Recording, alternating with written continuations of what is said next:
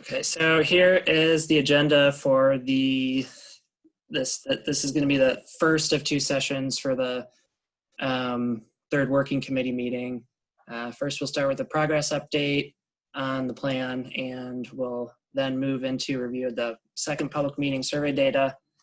And I don't think we'll have much of a question and answer session, but Mr. Larkins, if you have any questions when we're wrapping this up, feel free. So right now the plan is in its third and final phase. So we've determined the actions that need to be completed within the next 2 years in the community plan. And so now we need to figure out who needs to complete those tasks. And so that's essentially the implementation plan. It also covers when some of these actions need to get done. And that is something that we need the working committee to help us figure out. That the responses we get from the feedback form will result in the data that help us figure that out. And then we have a section on potential funding resources that the village could tap into to potentially complete some of these actions. Recap of the previous public meeting was held last year on Zoom. Due to COVID-19, we couldn't meet in person. So it was held on Zoom last year on September 3rd. We had 15 community members attend this meeting, and it was recorded and uploaded to YouTube if anyone wants to check that out, as have most of the working committee meetings as well. And what we covered was the plan's background, so how we got up to that point in the process, the policy recommendations, and maps for the future. So this is the future land use map, the sidewalks map, bikeways map, and roadways map. And then as a component of that, we had a survey distributed throughout the entire village. We mailed them out to most or all households, or the ones that we could have the Postal Service delivered to. And we had 19 respondents to that survey, and we also had one person respond to a letter. So we'll review the data that resulted from that survey. First is the land use section. And first goal for this is to maintain small town character. And most surveyed supported these two initiatives, which were to develop regulations to enhance the village's character and adopt commercial and residential design standards. For both of those, over 80% in the case of the regulations, 94% of folks supported those initiatives. And just for reference, both of those could be regulations like pedestrian-oriented buildings, building design guidelines, facilitating residential infill, and so on. Next, we have revitalize existing structures and vacant properties. The action to implement a rental housing inspection program had a little bit more mixed results, but still had a majority of respondents supporting it. 2/3 of respondents supported that initiative. And then for expanding the regulations of the property maintenance code, 77% of respondents supported that one. And I believe this is the last one in the land use, in the land use category. And so the goal for here is to ensure high quality new development. The first action here is to require pedestrian oriented development. 83% supported that. Support the establishment of local businesses, 89% supported that. And encourage the use of green and for all design techniques. So something like universal design, allowing for aging in place. 83% of respondents supported that. Now we have the community section. The first goal is to celebrate the village's history, and the actions for this goal were supported pretty much unanimously. That's to inventory and commemorate historic places and commission public art projects influenced by local themes. For both of those, 94% of respondents supported those.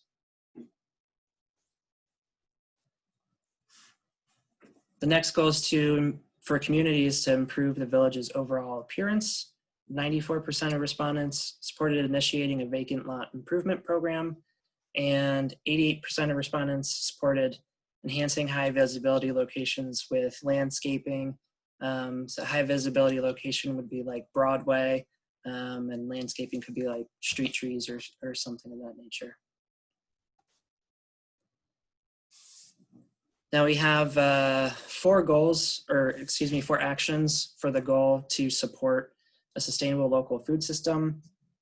Everyone supported the following 3 actions: to establish community gardens on vacant properties, that was 83%. Allow farm stands throughout the village, that was also 83%. And permit food trucks in commercial areas of the village, that was 94%.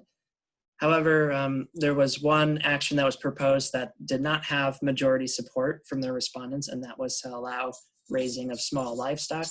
And 56% of respondents opposed that initiative. Moving on to the housing section of the survey.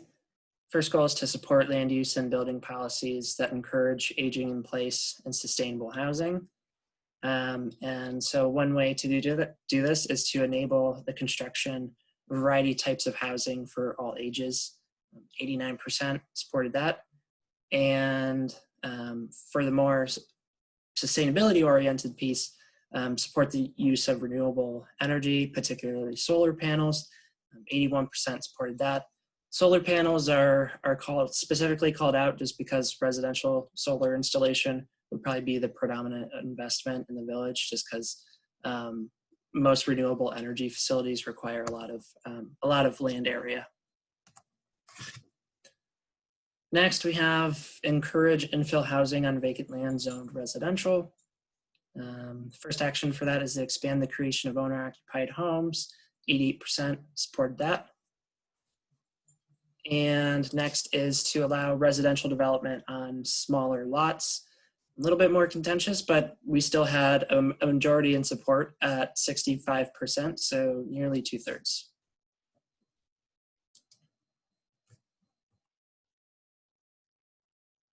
Moving on to the next goal, which is to expand the amount of housing that is attainable by all incomes. There are 2 actions attached to this. One is to permit accessory dwelling units. 83% of respondents supported permitting accessory dwelling units in the village. And 89% of respondents supported considering incentive programs for the development of housing for all incomes. So those incentive programs could be something like waiving permitting fees or density bonuses. So we'll move to the transportation section. The first goal for this is to improve pedestrian safety. And the first action under that goal is to expand the sidewalk and shared use path infrastructure. We identified select corridors for sidewalk and shared use path infrastructure, and 89% of respondents supported that. And 82% of respondents supported requiring sidewalks and multi-use paths as components to proposed development. And this would be proposed large-scale development. We only had one action under the transit section, under the goal, or excuse me, let me go back. For the transit section of the transportation section of the plan, we had one goal, and that was to initiate improvements and like benches, shelters, and shade trees at the bus stops located at Central Avenue and Broadway, and everyone responding supported that. Next, we have to ensure that roadways promote safety for all transportation modes. This can be achieved by the first action, which is to install roadway infrastructure that encourages motorists to reduce speeds. About 3/4 has supported that. And next we have exploring the possibility of installing a stoplight along the Broadway corridor between 1st and 4th Avenues. 83% of respondents agreed with that. The specific location isn't called out because there would need to be a traffic study as a component to that. So we're moving on to the last part of the plan, which is parks and recreation. First goal is to preserve some of the village's undeveloped land as parks and green space.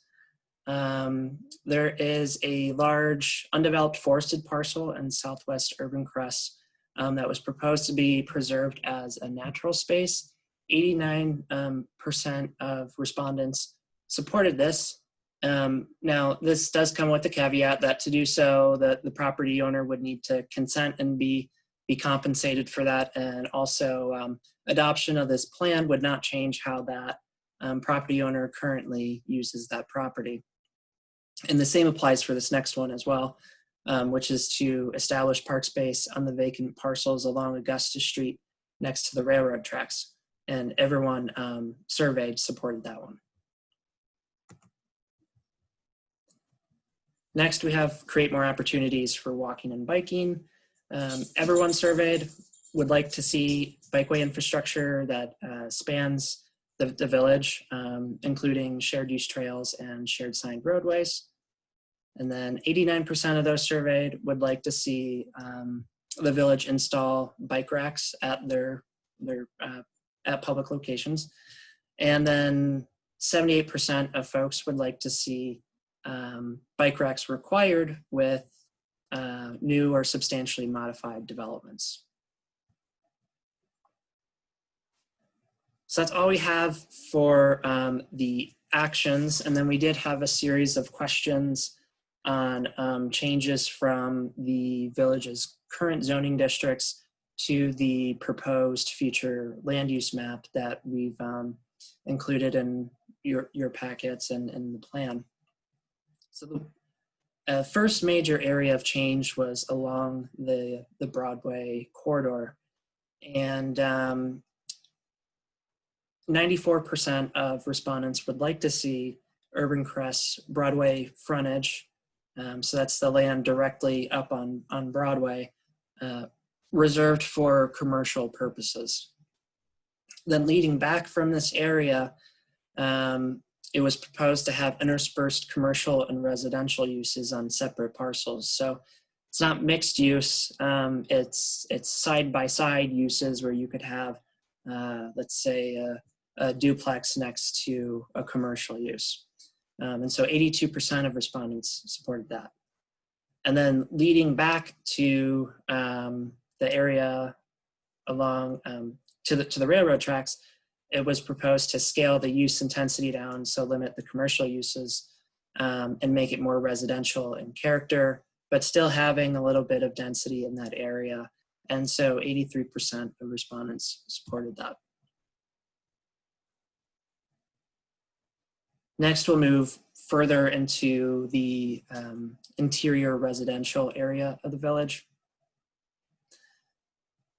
So 88% of respondents supported coordinating development of more dense land uses and concentrated corridors instead of spread across the village. So what this means is that the areas in brown on the current zoning district map get shifted to it's the same color, just gets shifted closer to Augusta Street. So keeping those like land uses concentrated with one another. Then next, this kind of goes hand in hand with that last piece, is to preserve the single family home character of the village west of Main Street. And so 89% of folks supported ensuring that character remains in place. Next, we have the area around the YMCA, Union Baptist Church and Village Hall. Everyone, 100% of respondents would like to see that the YMCA, Village Hall, and Union Baptist Church, those parcels be reserved for recreational or some community-based use. Additionally, if you had a little bit further east to Augusta Street, 83% of respondents supported increasing the amount of land dedicated to multi-unit or senior housing, and that, just for reference, is also, it's just right south of the Bending Brook complex. And the last piece on here is the park spaces that were proposed in the future land use map. Already kind of covered two of these, which are the parcels in Southwest Urbancrest, the one that's wooded and undeveloped. People wanted to keep that as a natural space at 94%. And then there's the green belt of park spaces along Augusta Street by the railroad tracks, and that was 89%. One thing that we did propose following the last working committee meeting was to expand that park space a little bit further northward, and northward from the vacant lot that's zoned for industrial purposes to the adjacent residential lots. And so this would effectively double the size of the park, and 94% of respondents supported that. Okay, so now we'll move on to what has changed through the previous working committee meetings and the last public meeting. Most of what we proposed was supported, but there are a couple of elements where we are a little bit off the mark. And so we had to either revise or remove them from the plan. So first we have mixed use. Mixed use was initially proposed in the Broadway area, and this wasn't supported during previous working committee meetings. So this was revised to interspersed commercial and residential, and that was supported by the working committee. Next, we have neighborhood commercial. That was going to be a mixed use district in the interior residential area of the village, and that also was not supported by the working committee, and so we just had removed that from the plan. Next, this is an area where, so permitting raising of small livestock, this is where we actually received the most comments for and against the issue, but ultimately where the data bore out was that 56% of respondents did not support allowing the raising of small livestock, and that was actually specifically called out in the survey as chickens, ducks, and rabbits. But based on the surveying, it was not something that gained majority support, and so we have therefore removed it from the plan. Next, we have there was a proposal for allowing vehicle through access at 2nd and Lewis Center Way. That proved unpopular with the working committee, and so we did remove that. However, there is a shared use path proposed on Lewis Center Way, and there would need to be some, and it terminates at 2nd and Lewis and Center Way. So there would need to be some sort of connection to allow access from the village. So we did include a connection at that intersection. Now you wouldn't have to open the intersection up completely. You would just really probably need something like a curb cut and just like a stub connecting the path to the road so you could have bike access. And then finally, we initially had some stop signs proposed near the railroad crossings at First and Central because these were areas that the village had responded, or excuse me, the village had identified as having the most incidences of speeding, and so stop signs would force motorists to slow down. However, based on feedback we received from ODOT, this would actually not comply with their regulations for at-grade crossings, so we had to remove that from the plan. And then if anybody has any questions, I don't know if anyone else has joined while I've been presenting, but the floor is open to you. Curtis or Mr. Larkins, do you have any questions about the survey results and the resulting changes to the actions and the vision maps? No, it's Mr. Larkins. I have no questions. Okay, thank you, Mr. Larkins. No, thanks, Michael, for going over that once again. I don't have any questions. I like to, I'm curious when people expressed their concerns about certain things, how much detail did they get? When they say they want to support various housing stock or use some type of, I guess, incentives to generate that variety of stock, that they say what they were opposed to? Are they open to tax abatement, or are there any kind of limits on their thought in terms of what that means, or do they understand what that means? Yeah, so we didn't have anyone specifically call out any mechanisms, and as a part of our recommendation, we also didn't want to say which mechanisms would be appropriate for the village. Understood. Understood. Okay. Um,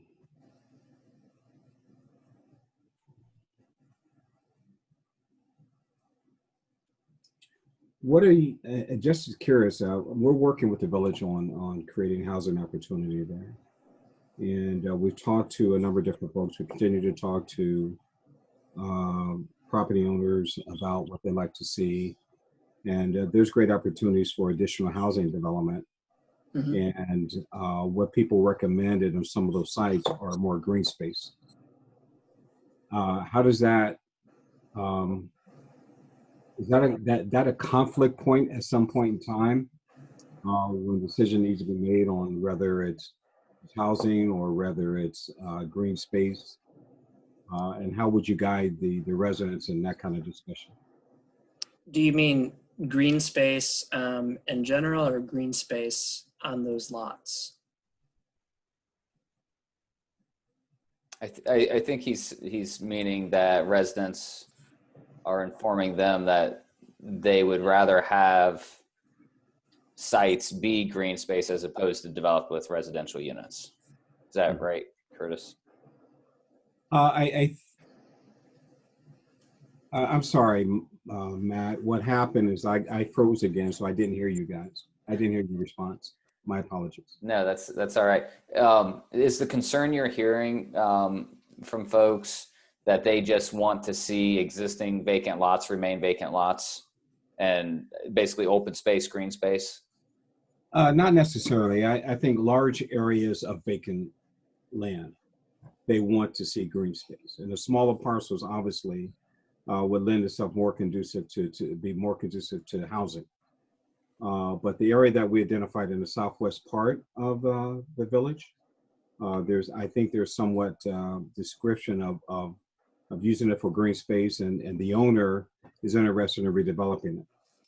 And so there's that, I don't want to say conflict in uses, but the potential uses are somewhat in conflict. And Right. Both uses are beneficial. And at some point in the future, I see that as being a point of discussion.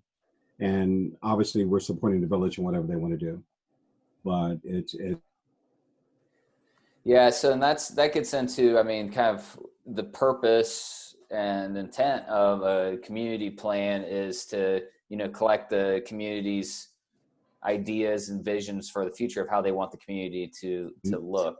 Yeah, to look. I anticipate that being And so the future land use map is intended to serve as a guide for decision makers when they are looking at development proposals that require some type of approval from the community, that to look at that land use map and say, hey, this is through a public engagement process. This is what residents told us they wanted to see.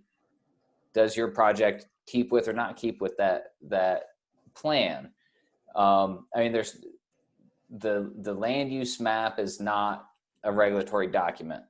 However, as a document that was prepared with community input, in my opinion, divergences should be a rarity to an adopted future land use map and only be done with full recognition of what the land use plan calls for and kind of a rationale for why that recommendation isn't being followed.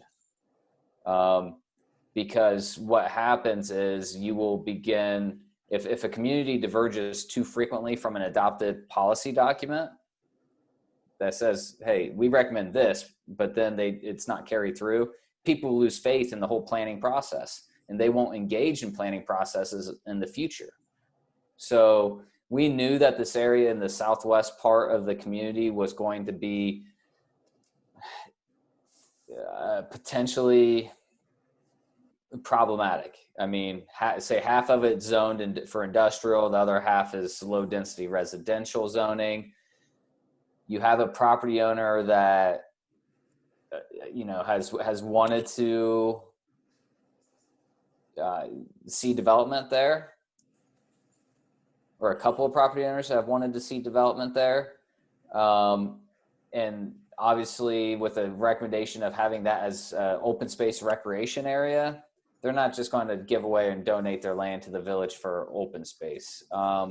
So it would take proactive work on the village's part to work with those property owners if they want to acquire this for park space, open space.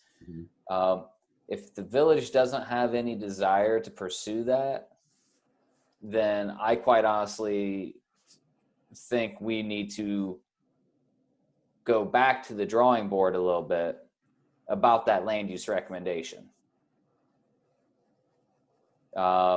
Because it just doesn't, if the village doesn't support what's in that plan, then they shouldn't be adopting the plan, which is what we ultimately want them to do, right? Is to adopt the plan and make sure that the recommendations in there are feasible. So we might have to revisit that. And if we were to do that, then we get into a point of, we know open space and recreational opportunities are really important to residents. And so how and where can you accommodate that in the community? I mean, there's already some park space, there's the Y, there's those facilities, but all of the initial interviews and surveys we conducted at the beginning of the project pointed to people not believing there was a sufficient amount of open space for them. Right. They, on the holidays, they want to go to the park and have a cookout. Well, it's full. You don't have anywhere to go. And so it's already, apparently a fairly in-demand resource and limited resource with the current population of the community. Based on an understanding of Central Ohio's population going to grow by 1 million people by the year 2050, those people are going to go somewhere, right? This plan, the land use plan, does recognize the need to accommodate for additional population growth in the community. So when additional population growth comes to Urbancrest, where are those new residents going to be able to recreate? Right? I mean, you're just creating more of a demand for the services. So I think we should have conversation about that, quite honestly, with the village, if they're not going to actively maybe pursue those parcels in some way to acquire them, to transition it to open space. I guess that's a very long answer, but no, I fully understand, Matt, and I certainly appreciate it. I think to be short, there's always opportunity to revisit elements of the plan, to rework it in the current environment and discussions and so forth. So, and so you said that the plan will be a guide for the village to look at, the residents and its elected officials and appointed officials to really look at, more so than being a definitive response. They do have an opportunity to revisit and reconsider things. Yeah, it serves as a guide, but ultimately it's when something needs to be, when a rezoning needs to occur to allow for a different use of land than what's currently zoned for, they can make whatever decision they feel is in the best interest of the community. The idea is that the plan is showing what the community's desires are. And that's what we wouldn't want to encourage the village to adopt anything as a policy guidance document if it doesn't reflect actually what they are wanting to see and pursue. because the whole land use plan is built around allowing for a variety of land uses and trying to have compatible land uses and compatible areas and that type of thing. So if higher density residential, for instance, went into that area recommended for that large area in the southwest corner, I mean, that is an area that's the furthest away from the access points of the village. That creates additional traffic within the interior of the village. And we've heard concerns about speeding and traffic already. So there's there's just a lot of considerations there. And I would definitely like to have additional conversation before the conclusion, finalization of the land use plan of this project. If that's something that's being looked at and considered for that southwest area. Makes a whole lot of sense, Matt. Thank you. Appreciate it. And just to chime in with some of that, so we were looking at carving out specific areas for preservation to be future park space. Now, in the actual plan that I've started drafting, in the subsection for the land uses, I call out that, these areas could still be used for park space or for, municipal purposes, but they're not specifically reserved for those uses in the future. So, would be competing with, whatever private investment may be coming in and building houses on that land.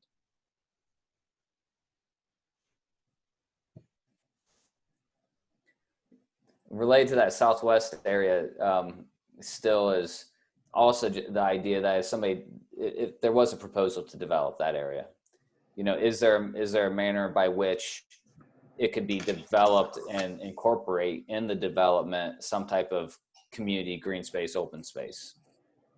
And then I think that's almost more of a win-win, if you will. Yeah, I fully understand that. And not that there's any particular plans, but it was just trying to address an opportunity both ways, actually. So a win-win is really, I think, will be the solution. And I think that lends itself to that kind of opportunity. And I certainly appreciate green space and understand and value it for the entire community. So I certainly agree with you. And that site's pretty large too, so hopefully that could be mutually compatible, right? I mean, absolutely. Residential next to open space, green space is always a premium location, right? I would agree with that. Do we have anything else?